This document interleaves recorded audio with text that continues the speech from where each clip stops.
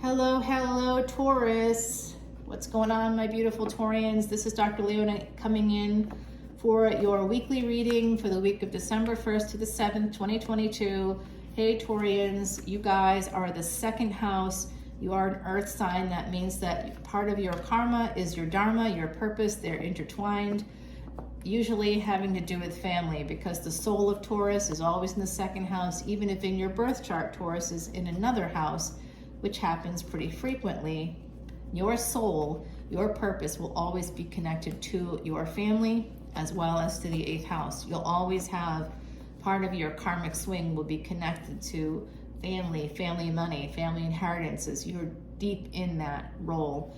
And yeah, you're going to get a lot of stuff from family no matter what, good, bad, and ugly, right, Taurus? You know what I'm talking about. Okay, Taurus. Now, my friend who passed away, I dedicated this week's episode of Traveling Amongst the Stars. It's a free podcast all about astrology, Vedic astrology, and I also use tropical astrology, and I do a tarot reading here. Someone here is connected to a mother. There's something here about a mother, possibly a mother who has Cancer, Libra placements. Somebody might be getting an inheritance from a mother. Money is from a mother. Mother might have given you some money, possibly to purchase a home. I see this energy of someone on the other side. So some of you have lost a mother. They're on the other side. You may have received monies from them. You may have received something of value from them, possibly even inherited a home from them. So as I'm talking about the second house and the 8th house, that's part of inheritances and things like that. That's coming out in your reading. Right now, Mars is retrograde in Vedic Taurus. So Mars retrograde just has a lot of intense energy. Retrograde in Sanskrit translates to crooked. So things will not be moving in a straight line. Things will not be straightforward, and it will be slow. It should be slow with Taurus energy. However, Taurus is ruled by Venus. Venus isn't just love and relationships. Venus is more than that. Venus was born in the 8th house. Venus, your ruling planet, is actually a guru, an 8th house guru. Venus is like a guerrilla soldier. Venus went into Siva for 10,000 years in Vedic astrology. We use stories, narratives to help people understand how the planets would affect your personal life. And for Taurus, it's important for you to know the story of Venus. Why that's important, why did Venus do that, like a guerrilla soldier in there? Because Venus wanted to know the secrets of life and death.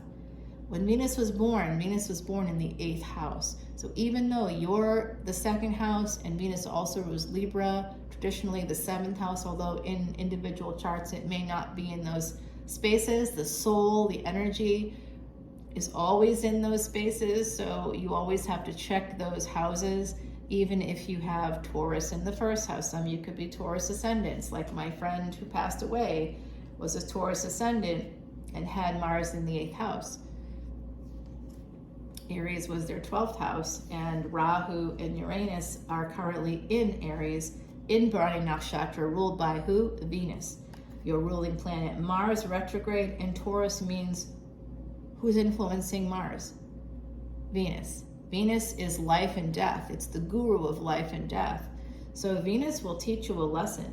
You know, Venus is a teacher. And Venus, when it comes to soul contracts, when it comes to that kind of energy, Venus will take you down in a heartbeat. Contracts can go awry. And that can be a contract, a soul contract, why you're here. This has to do with your purpose. So you really need to understand very carefully, my beautiful Taurians out there, that your part of your karma is your dharma. Your karma and your dharma are one and the same. All earth signs, this is the case, but especially for my Taurians, because of your Venus, your ruling planet is Venus. So it's very important for you this is something to do with your mom. There could also be a delay coming through here of people from the other side are telling me about an ending, a betrayal that could have been part of a delay. Could have caused a delay in you moving forward with a big idea, something that's going to change your life.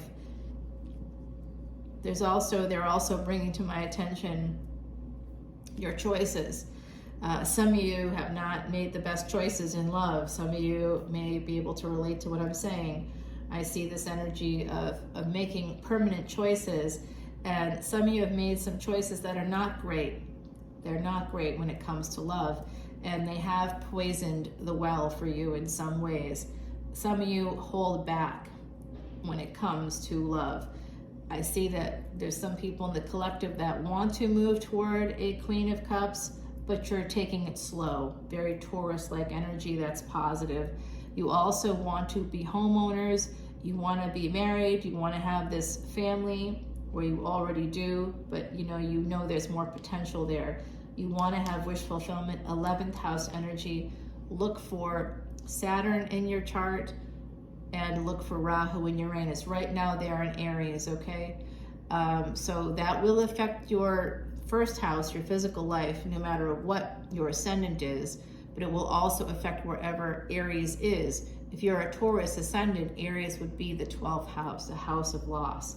So some of you could be losing someone in your life, and I'm sending you so much love and light if that's what's happening for you. I think some of you really want to move more quickly than Taurus energy usually allows toward this wish fulfillment, and slowly you're coming to some decisions that are going to get you there with this Ace of Wands. I would like to clarify some of these cards, and we'll take it over to the extended, my beautiful Taurians. I hope this reading is going to allow you to live a happier, healthier, and wealthier life. I really, really do. I see there is a betrayal here too.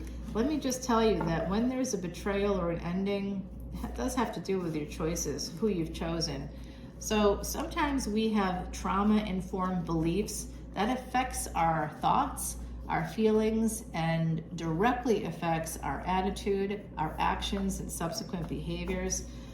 We really, really need to use something called cognitive behavioral therapy, and that will allow you to examine your thoughts and control them.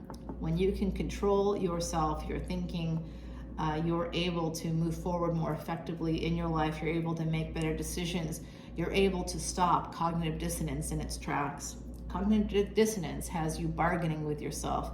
Anytime someone's bargaining with you, they are trying to devalue you, deprioritize you, and you do it to yourself.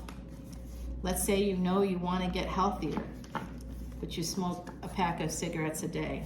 Now, I'm not telling you to quit smoking. If you want to smoke, smoke away. Some people will know that it's bad for them. They may even have gotten basically notice from a doctor saying you need to stop smoking. It's affecting you in these ways, and this is what's going to happen if you don't stop. And you're not stopping because you don't want to gain weight, and you believe that it will be healthier for you to continue smoking. That's cognitive dissonance. It's the same thing when you need to get healthier, but you are using food to regulate your emotions. So you're overeating. Instead of speaking your truth, you're putting food in your mouth. Now, this is a normal, emotional eating is typical. It's a normal thing for most humans to do. But that's part of cognitive dissonance. This is actually hurting you. All you have to do is use your voice, but you don't want to use your voice because you have a deep fear of abandonment. This comes from trauma-informed beliefs. Like I said, fear of abandonment. This could create anxious attachment. This is not professional advice because you are not paying me for that. But if you want to come over to Patreon, we can continue the discussion there, and you can certainly get some insights on your behavior and the behavior of others. Your choices, why do you make them? Let's find out. What is this permanent choice? How do you want this to move forward? I kind of want to clarify every card on the deck, but I'm not going to because that's just silly. But I do want to know more about that. I'd also like your ancestors to give me some insights, and then I'm going to stop there. We'll take it over to the extended from here. The bottom of the deck is more Venus energy. We were talking about Venus. Venus will no longer be combust with the sun as of December 2nd. And the next day, Neptune will be going direct after being retrograde since June. And this is interesting energy. Look for dragonflies in your environment. There's going to be a sign about that. There's also something here about karma. karmic cause and effect and your stability within a relationship, within a home. And there's also a call to service for some of you. This is about getting a new perspective. Thank you to our beautiful Heidi for this oracle card. I hope this has been helpful, Taurus, and I will see you over on Patreon, okay, for this extended. And for all extendeds, you get unlimited extendeds for one. At the price of one extended, you get unlimited extendeds. Right now, that's hundreds upon hundreds. I upload 65 plus new videos every month, sometimes up to 75 videos a month on Patreon. Brand new material, all for 10, 10, 11, 11, or 12, 12. Take your pick, you choose your tier, whatever you want, and you've got it. It's like the best value in tarot today, and you also get some really pretty good life advice as well. So my beautiful Taurians, I love you so much. I'll see you over on the other side on Patreon. Until then, bye now.